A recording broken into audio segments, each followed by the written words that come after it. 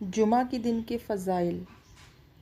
हज़रत अब्दुल्ला बिन उमर रज़ी अल्लाह ताला अन्हा से रवायत है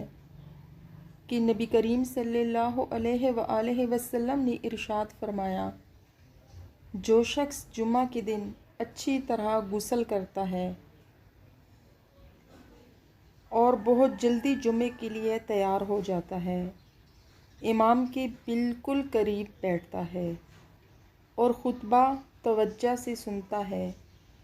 इस दौरान खामोश रहता है, तो वो जितनी कदम चलकर मस्जिद आता है उसे हर कदम के बदले साल भर की तहज्जुद और साल भर के रोज़ों का सवाब मिलता है। किताब का हवाला नीचे मौजूद है। अल्लाह ताला हमारी इस्लाह फरमाए और हमें इन अहादीस मुबारका पर अमल पैरा होने की